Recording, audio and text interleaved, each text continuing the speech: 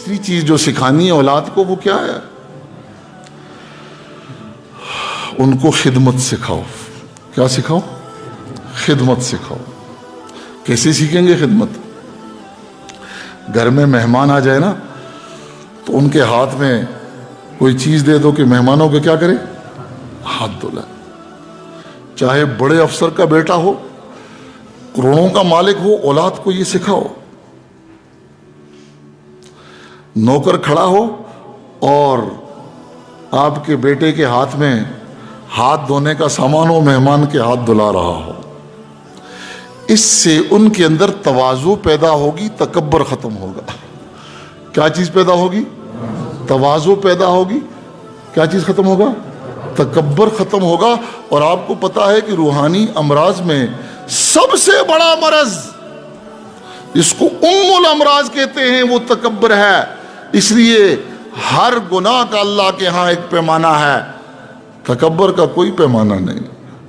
فرمایا کہ 500 سال کی مسافت پر جنت کی خوشبو جاتی ہے، لیکن جس کے دل میں رائی کے دانے کے برابر بھی تکبر ہوگا، وہ بدبخت جنت کی خوشبو بھی نہیں سونگھ سکتا۔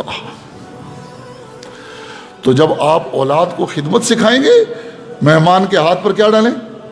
پانی ڈالیں۔ آج کل بیسن لگا دیے ہیں نا تاکہ اولاد اس خدمت سے محروم ہو جائے اور کہیں یہ سیدھے نہ ہو جائے۔ ہاں جی، تو وہ یہ کرو، مہمان آ جائے پھر اس کی مٹھی چاپی بھی اس سے کروا دو، دسترخوان پر اس کے آگے کھانا رکھوا دو۔ یہ عرب کے اندر اللہ پاک لے جائے، جو گئے ہیں تو انہوں نے دیکھا ہوگا کہ وہاں پر یہ بڑے بڑے عرب شیوخ جن کو اپنی دولت کا اندازہ بھی نہیں، اور وہ جب دسترخوان سجاتے ہیں تو اپنے غلاموں پر نہیں سجواتے، اپنی اولاد پر سجواتے ہیں۔ ان کے آگے کھجوریں کون رکھتا ہے؟ ان کی، یہ ان کو ورثے میں یہ خدمت سکھائی جاتی، اس لیے ان کا اربوں پتی ہوگا، اس میں تکبر نہیں ہوگا۔ اور یہاں تھوڑے سے پیسے آ گئے تو پھر اللہ ہی خیر کرے، نہ اس کی اولاد کو کوئی تھام سکتا ہے، نہ کوئی اسے تھام سکتا ہے۔ یہ عصر کے وقت کے پیٹ بھرے ہوئے، عصر کے وقت کے پیٹ بھرے ہوئے۔ اور یاد رکھو، کمینے کا جب پیٹ بھر جائے اس کی طرح مکار کوئی نہیں ہوتا پھر۔ اس لیے اپنی اولاد کو خدمت سکھاؤ،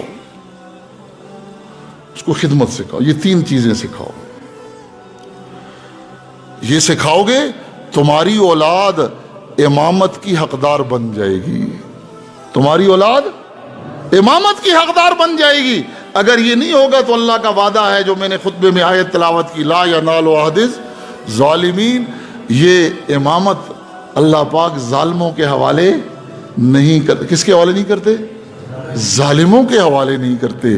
اور شرک سب سے بڑا ظلم ہے، ان الشرک، اور اس کے بعد بڑا ظلم کون سا ہے؟ فرض نماز نہ پڑھنا سراسر کفر ہے، ظلم ہے، نفاق ہے۔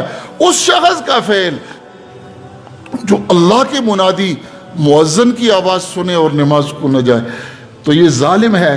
تو یہ ظالم دنیا کی امامت کے حقدار بنیں گے؟